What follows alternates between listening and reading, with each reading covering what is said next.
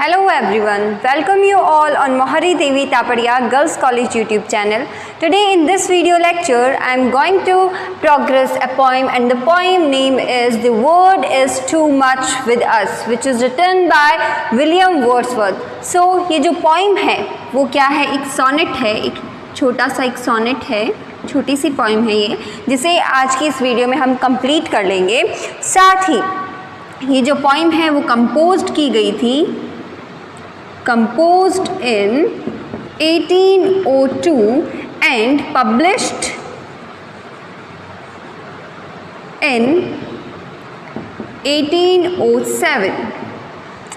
Okay और इस poem की जो थीम है वो है इफ़ेक्ट ऑफ मटेरियलिज्म, यानी कि जो कमर्शियलिज्म है, यानी कि जो भौतिकतावाद है वो किस तरह से हावी हो रहा है आज की इस दुनिया पे, इस संसार पे, जिसके कारण लोग नेचर को भूलते जा रहे हैं, नेचर को पिछाड़ते जा रहे हैं। ठीक है, तो चलिए अब अपना अपना जो टेक्स्ट है वो अपने सामने रखिए। अब हम पोइम को शुरू करते हैं।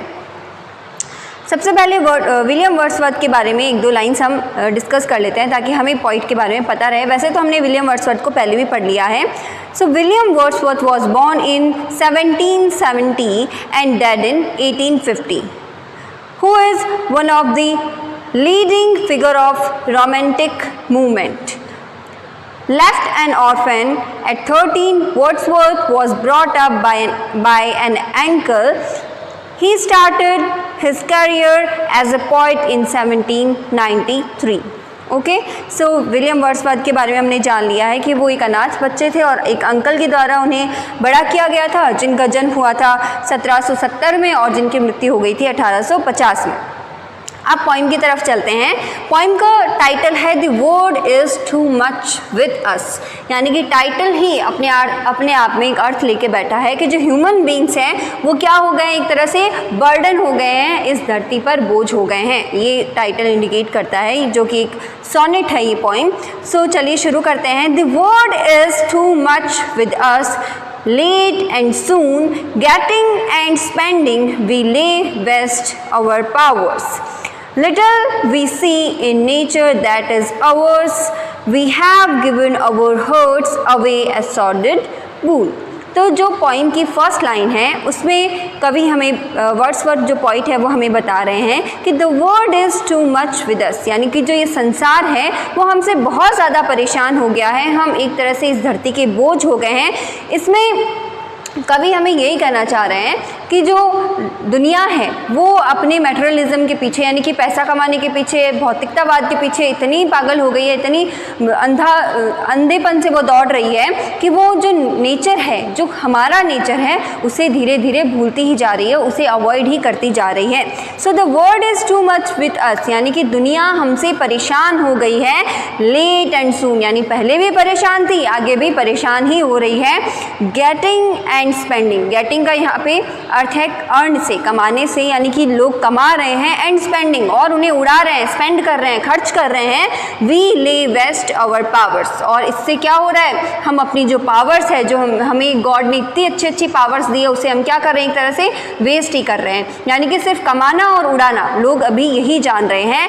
Little we see in nature that is ours, यानी कि हमें नेचर की तरफ भी थोड़ा बहुत ध्यान देना चाहिए, थोड़ा देखना चाहिए। ठीक है, हमारी जो भौतिक ज़रूरतें हैं उसको हमें पूरा करने के लिए पैसे भी कमाने पड़ते हैं, लेकिन ये नहीं कि बस पैसे के पीछे ही भागते रहो। हमारा जो ये नेचर है, जो हमारा है, कवि यहाँ कह रहे हैं कि लिटिल वी सी, यानी थोड़ा इसकी तरफ भी ध्यान दो। In nature that is ours, यानी कि जो हमारा है, हम इसे फिर क्यों मांगने लग जाते हैं जबकि ये हमारा है।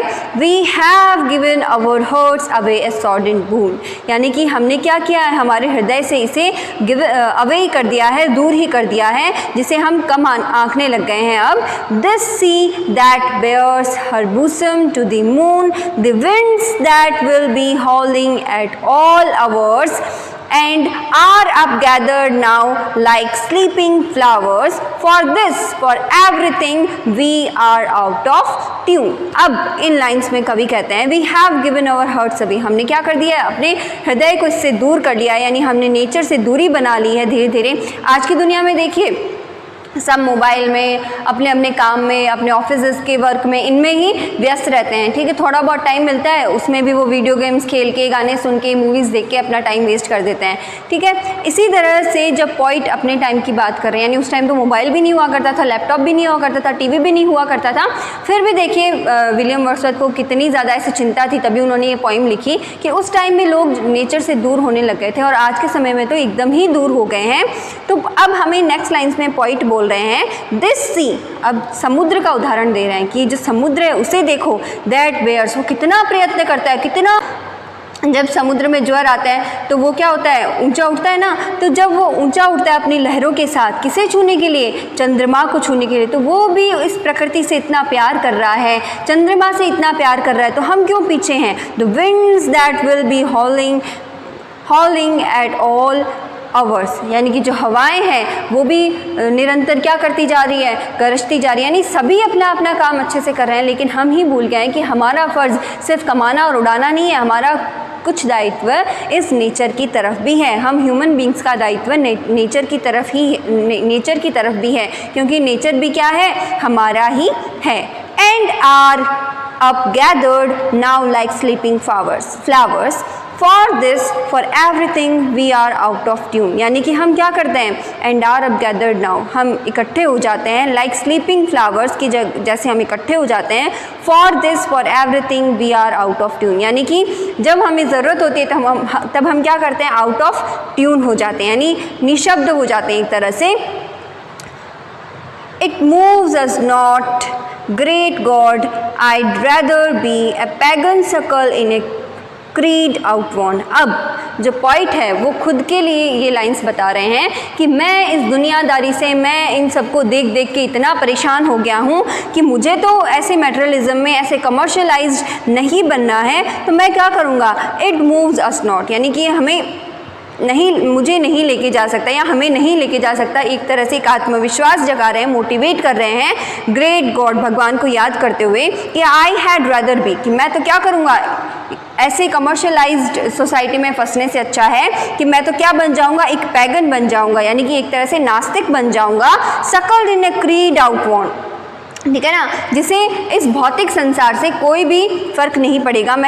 इसलिए मैं क्या बनना पसंद करूँगा, मैं एक नास्तिक बनना पसंद करूँगा, एक पैगन बनना पसंद करूँगा। So might I standing on this pleasantly, ताकि मैं इस मनोहर से घास के मैदान, प्लीजेंटली का मतलब है यहाँ पे मनोहर सा, जो ये घास का मैदान, जो ये ग्रीनरी दिखाई दे रही है, इसे मैं क्या कर सकूँ, ग्लिम्स कर सकूँ, इसकी मैं झलक देख सकूँ, इसको मैं इंजॉय कर सकूँ। इसलिए मैं तो क्या बन जाऊँगा, मैं तो नास्तिक बन जाऊँगा, नास्तिक बनना ही ज़्यादा पसंद करूँगा। Have glimpse that would make me less forlorn, यानी ये जो इसकी झलक होगी वो मुझे अकेलापन भी महसूस नहीं होने देगी, नेवर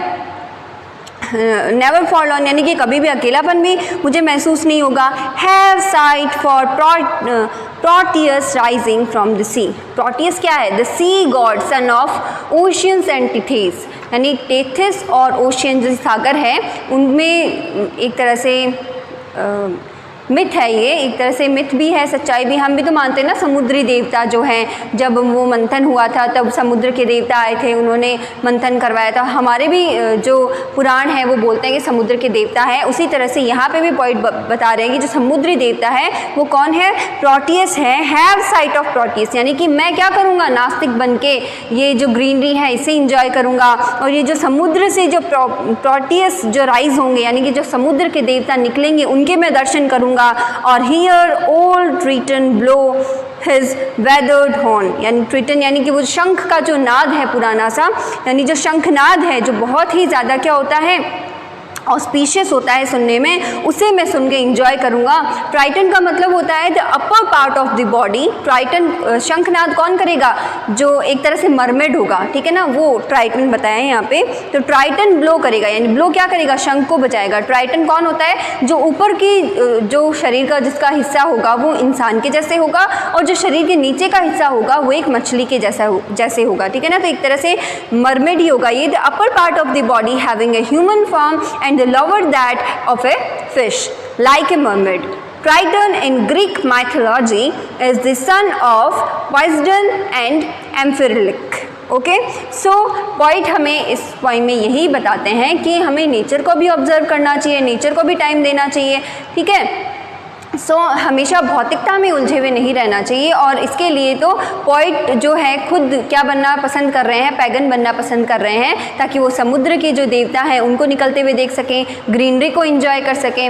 ओके, सो हमने इस पॉइंट में इस वीडियो में इस पॉइंट को कंप्लीट कर लिया है, और नेचर को ऑब्जर्व करना चाहिए, हमें भी नेचर के लिए टाइम देना चाहिए।